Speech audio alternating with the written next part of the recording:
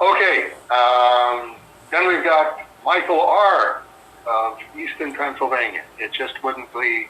Please hold for Dave Sim without Michael R. showing up for a visit. Hi Matt, hope you're enjoying your summer. Side note, I paid it forward to Benjamin Hobbs on Service in Hell hardcovers number 11 and 12 for Series 6 trading cards to a deserving Cerebus fan of Ben's choice. I hope this reduces my sentence with you. So he owes you brownie points, doesn't he? He doesn't owe me anything. We had an awkward confrontation because he sent money trying to buy signed Jeff Seiler cards. Oh, right. And this brings us back to our last get together. Keep going.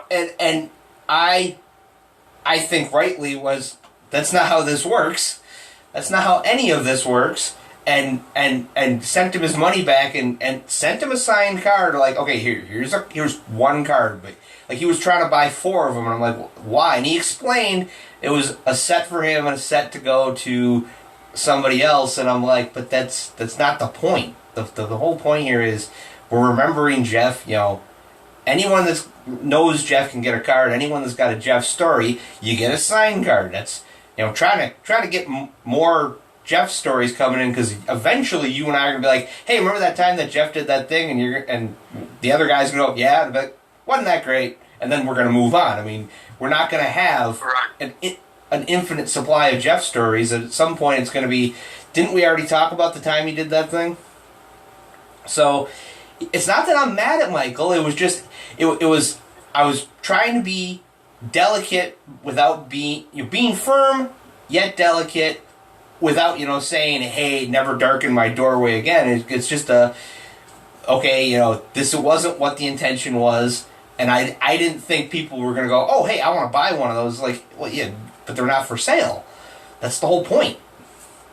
Right. I mean, Which again, approval is an authoritarian concept. You can try and make yourself the arbitrator of that, but what you say, this is what we're doing, and what you say, this is what this is. When that hits Michael R's radar screen, it goes to a completely different place on his radar. That goes to I need 4 of these. And that's, it's one of those, if anybody's got a story and they want to, send me an email, I'll give you my address, mail me a self-addressed stamped envelope, and I'll mail you a card back. It's a fairly simple offer, but of course, like everything else in the 21st century, let's make it as complicated as we can, because why not? Right. And you only get 3 responses, and 2 of them are completely messing up your entire intent from the get-go. Okay, moving on to Michael's question. Hi, Dave. I loved all the Matisse and Snow original art cards. I keep looking at update number 20 that Birdsong had on service number 4, 6-7/78 and POT 8.2. With all the cards that you created. Any chance of reproducing all of them and putting them in a set for the next big Kickstarter? All the best, Dave. Boy, I got to tell you, I've said this before about Michael R. that people are really going to think that Michael R. is just this please hold for Dave Sim audience plant. Because now that I've finally finished the 3rd Teenage Mutant Ninja Turtles number 8 cover, have you put that up yet? Yes. Okay. All right. I'm announcing the ginormous TMNT 8 Kickstarter in January will be done by Waverly Press. Which I will be faxing Dagan about. So, Michael R., I'm going to be faxing Dagan on Saturday, so you're going to be finding out the same time that Dagan is. How cool is that? Dagan already ordered Pieces of Turtles 8 and Pieces of Turtles 8.2 for himself personally. So he has those as raw materials for whatever he's going to put together, picking and choosing what he wants to use and doesn't want to use.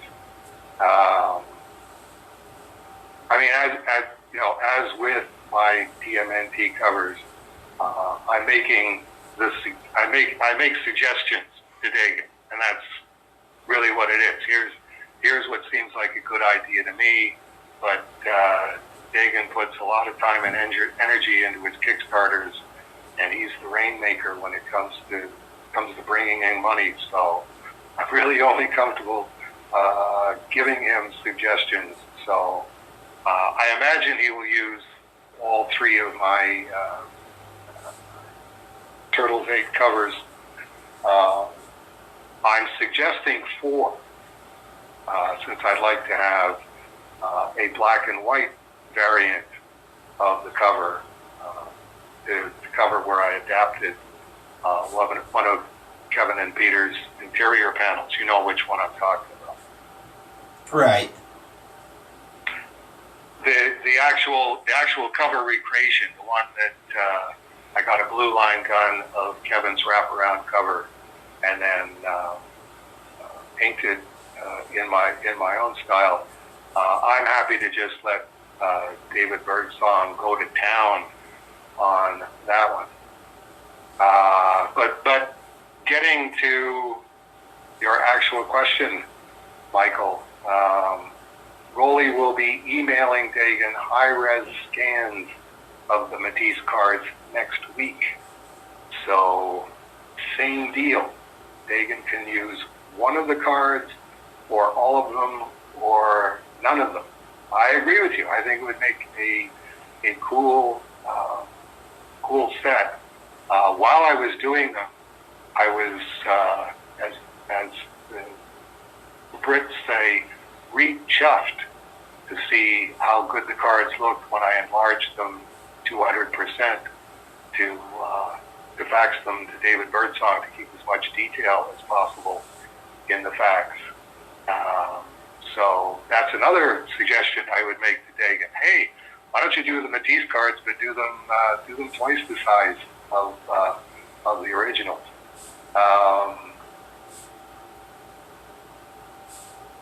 What was the other thing I'm hoping Kevin Easton will open up his secret TMNT 8 files, which I didn't know existed until I had a nice chat with Kevin about a month ago, and I'm hoping he will. He said he was going to mail me copies of everything in his TMNT 8 file, and some of it was pretty interesting. I don't think he mailed it to me, so if he did and it got lost in the mail somewhere, I think it's just one of those good intentions things. Kevin intended to do that. He's just turned 60 years old. When you're in your 60s, your good intentions have a way of just going the way of all flesh. Well, if he, but I hope. Go ahead. If he did San Diego, which I don't know if he was there or not, but I mean, San Diego Comic-Con was, what, 2 weeks ago, 3 weeks ago? So it could be that, he was, okay, I'm going to go out, do the convention, when I get back, then I will scan everything or copy everything and get it in a box. Or it could have been a case of he opened up the file drawer and went, uh-oh, this is a lot more than I remembered. Or could be both. Could be both. Yes, Kevin's doing, I think he said something like 75% of his income is from doing shows. And like he says, just show up and be Kevin Easton and, meet everybody and do little turtle heads and sign them. So it was interesting talking to him about it. He was talking about stuff that was going to be in the book and didn't make the cut. Like I was picturing that, you know, this comic book mushroomed to 45 pages long, and that was just the size that it got to. No, he was even more enthusiastic than that, so that he had to cut it back to 45 pages. Evidently, there's Bob and Doug McKenzie characters that were supposed to be in Turtles 8. I forget what their names were. And there was another obvious Canadian reference character that was supposed to be in there. And I'm in my mid-60s. That went in one ear and out the other. But it's like Kevin said, he's got this this file that's got all of this stuff in it. Everything that he put down on paper about Turtles 8 from the time that I said, yeah, let's do it. By all means, send me a script and Bob's your uncle kind of thing. So that leads me to to my phone message that I left for Kevin, which I actually wrote. How many people actually write their phone messages and then sort of tweak the humor? And it's Kevin has this thing where when he leaves a message for me, he goes, "Mr. Sim," and then there's a pause, and he goes, "It's Mr. Easton." So this is now our ongoing thing where I go, "Mr. Eastman, it's Mr. Sim. Just calling to thank you for the giant pile of money I'm about to receive from Pieces of Turtles 8.2 Kickstarter. Most of it at your expense. I literally couldn't have done it without you, Kevin. $20-something thousand is a giant pile of money to me. I freely confess. Your results may vary. I've just finished my third and final Turtles 8 cover, so I'll be announcing on Please Hold for Dave Sim August 6th that Waverly Press will be handling the ginormous Turtles 8 Kickstarter in January. Why let me have all the fun?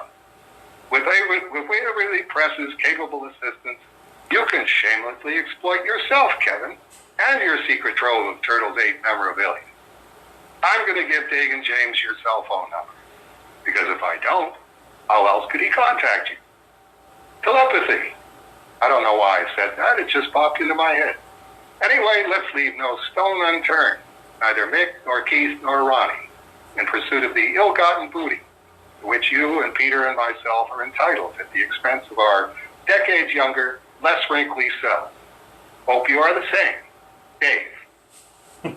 So I left that a week and a half ago, and as I say, on Saturday, when people are presumably listening to this for the first time, I'm going to write Kevin's cell phone number on that little script there and fax it to Dagan James, and that's when he will know he's the guy. The clock is ticking. 5 months from now, we've got to have, as promised, a ginormous Teenage Mutant Ninja Turtles 8 Kickstarter. That Grandpa's last payday is the way that I look at it. Gonna stock up on the expensive cat food while you still can. That's right. That's right. Before all the cats get it. It's like, I don't like to be patronizing and condescending, but if it comes down to who gets the good cat food and who doesn't, sorry kiddies, Grandpa's got a full rank here. So somebody called somebody emailed and was asking if I had any more copies of Pieces of Turtles 8.1, and I'm like, no, but I can look into it. I mean, you looking for an official, I want the bells and whistles for CGC type deal, or do you just want the contents? And he's like, oh, I just want the contents. I'm like, well, let me look into things and I'll come back to you. And I emailed Josh even going, hey, was anybody seriously going to take Dave up on his offer? Or does it sound like everybody pretty much passed? And he said, well, there was one guy that was gung-ho he was going to do it, but I haven't heard anything in a while. And I'm like, thinking about it, I'm like, I could come up with a cover. And I mean, it's not going to be the greatest cover, but if you're only buying the inside of the book, it doesn't matter what we slap on the outside. So no matter what crap I do, it would still be, okay, ignore the cover, just read the interior. And then I thought about it, and I came up with like 5 or 6 fairly funny ideas. Like one of them, it's a strip where it's a turtle and Cerberus around a campfire eating something that they killed and are eating. And Cerberus says, so there's only 4 of you in existence? And the turtle's like, yep. And Cerberus goes, then why the masks? And it's like 6 panels of just the turtle's face. And at the very last panel, he's got a panic look on his face, and he goes, oh God, I've wasted my life.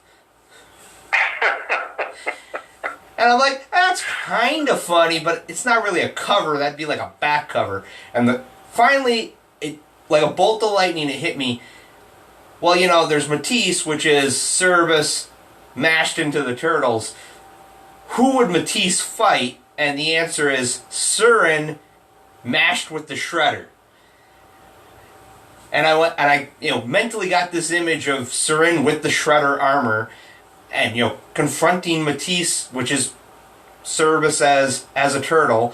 And I'm like, okay, what's the dialogue? And it's, prepare to face the wrath of Big Mama Shredder. And Matisse is either saying or thinking, and I can't decide which one is funnier, but it's either a thought balloon or a word balloon, and it's funny.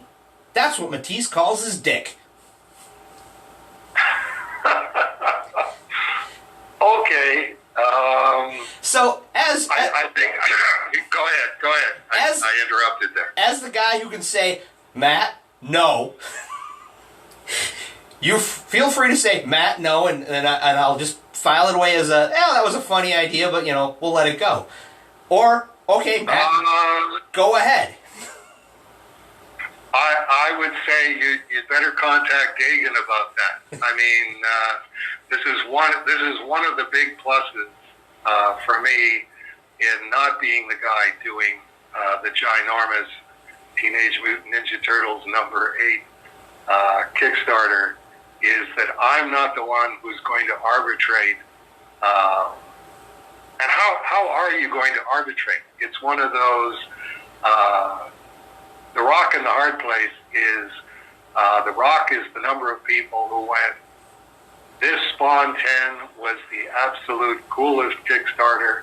I can't believe I've got all of these great covers, and if they ever do this again with this many covers, I'm a kill somebody. And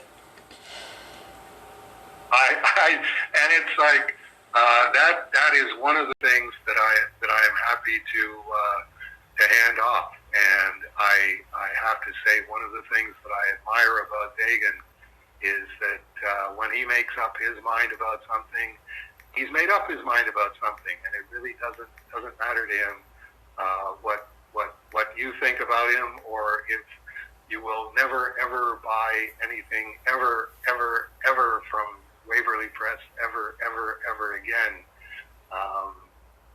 That's fine. And between that rock and the hard place, when you start squeezing those two together, the thing that pops up is Dagan going, what is the absolute coolest thing that I can sell here? Where who can I get to do a cover that we can make it a stretch goal or something like that? They don't even find out about it for the first week or the first week and a half or whatever, and then oh my God, that is so cool! I have to have one of those. I mean, we already sort of went through this with the collection with Josh. That was Josh's collection. Well, not completely his collection. He's got some in there that weren't his, right? Yeah, there were a couple that the dragnet caught them, and I was just putting, it was all in one file, and I moved it to a separate file of, okay, it's Turtles, it's Service, that all goes together, and then I found out afterward it was, yeah, but some of this Josh doesn't know, and I'm like, that involved more research than I was willing to do. So, right. And now that's off of your desk and off of my desk and onto Dagan's desk. I suspect Dagan is going to get his own covers done just because that's the kind of guy that Dagan is. I think he already had Carson working on one. I don't know if that was for Josh or if that was for Dagan. Carson did the one where it's Service on a skateboard going across and wiping out, and the turtles are in the background initially cheering him on, and as it progresses they're doing the face palm because he's so bad at what he's doing. And I mean, if I remember right, there's the original, and then I think there's a colored version where it's supposed to look like the Turtles video game. Okay, all right. You have both of them. Like I say, I'm just glad that this is off of my desk, so I'm not the one having to decide this. It would be interesting to have people in the comments section saying this many variant covers and no more. Well, there's going to be people of I want everything, and there's going to be people going, you guys should just limit this to half a cover. Like, do a cover, but rip half of it off, and that's it. Because there's too many damn covers in the world. My thing was, if I do my cover and I do a printing, it would be like going through Alfonso and the original deal of paying Alfonso, paying Rolly, kicking some money to you, do like a run of 50, have them all signed, and okay, there's 50 of them. When they're gone, they're gone. I'm never doing this again. It's you missed out on the initial. If you're a completist, this isn't going to be the best cover that could ever be produced. It's going to hopefully look neat, but at the same time, I could completely whiff it, and it could look like total dog crap. Right. And again, what the more that I listen to this, the more I go, I'm glad this isn't my choice. Because like you say, it really does need to be authorized by somebody. We can't just say, okay, free for all. Anybody that wants to do one, go ahead. Well, and if Dagan's going to reprint the material from 8.1, that makes me doing one completely superfluous and unnecessary. And having officially been known as kind of a lazy guy, the best solution to any crisis like this is, I don't have to do anything? Well, that's what I'm going to go with. Right. That's one of those, as soon as you add time to a time span to that situation, then you're in a different situation, because you can say there will never come if Dagan does another version of the 8.1. No one will ever need one after that. It's like, no, that doesn't work. It's the same as I said, probably up through the 1990s, if not into the 2000s. Turtles number 8 will never be worth anything because there's 70,000 of them.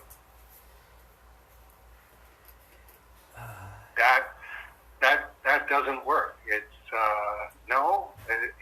Eventually, you come to a point where no matter what, somebody will discover something for the first time and go, I had no idea that this existed. How can I get one of these? I mean, same thing with, three different versions of the Guide to Self-Publishing. And you still get people going, I've been looking for this all over the internet. How can I get one of these kinds of things? It's the curse of being the supplier, and all supplies are finite. Yeah, it's one of those where there has to be enough of whatever in the world, and you find out that eventually somebody's going to be like, I didn't know. I mean, that's the email I got was, oh, hey, I was wondering if there's any left. And it's like, there hasn't been any since the week after I got them, but it's one of those. Yes. I will look into it because I know that there might be a guy doing a copy. Otherwise, it's okay, I guess I can work on this in my free time, my free time. I mean, I have made a mock-up of a cover. The intention is when I get the mock-up to where I think it's all right, I'm going to go to the copy shop and see if they can do non-reproducible blue illustration, print out non-reproducible blue 11 by 17 originals, and then I will, knuckle down and teach myself to ink type deal and make it look as good as the Glamourpuss ad I did for Jeff Seiler in Service of Readers in Crisis number 4. Right. It's Dave's art, but I'm tracing the crap out of it. See, there's also the situation of Kevin when I was talking to him on the phone said, yeah, I'm still in touch with Peter. Peter and I, we're not as close as we were, but we're still in contact. And I said, if I send you an extra copy of 8.2, can you forward it to Peter?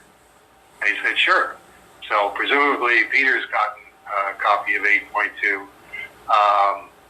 What if they see your cover and Kevin and Peter go, we have to do this? then you're talking about a whole different category. At that point, that's when I as the humble little schmuck that I am, go, okay, bye. You guys can do whatever you want with this idea. Right, which is good. We're always going to keep that as open as an option. Anybody comes up with an idea for a Turtles 8 cover between now and, let's say, October. This is another element that I'm making the suggestion. Actually, Dagan made the original suggestion. The more I think of it, the more I think that Dagan's right about this.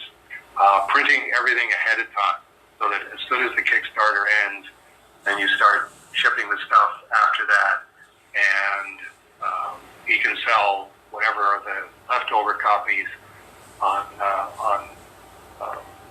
Cerebus Overload. Anybody coming up with an idea, who knows? Stranger things have happened than Kevin or Peter, or Kevin and Peter going, that's really cool, I want to do that. And I'm sure that Dagan will have his ear to the ground throughout the entire process.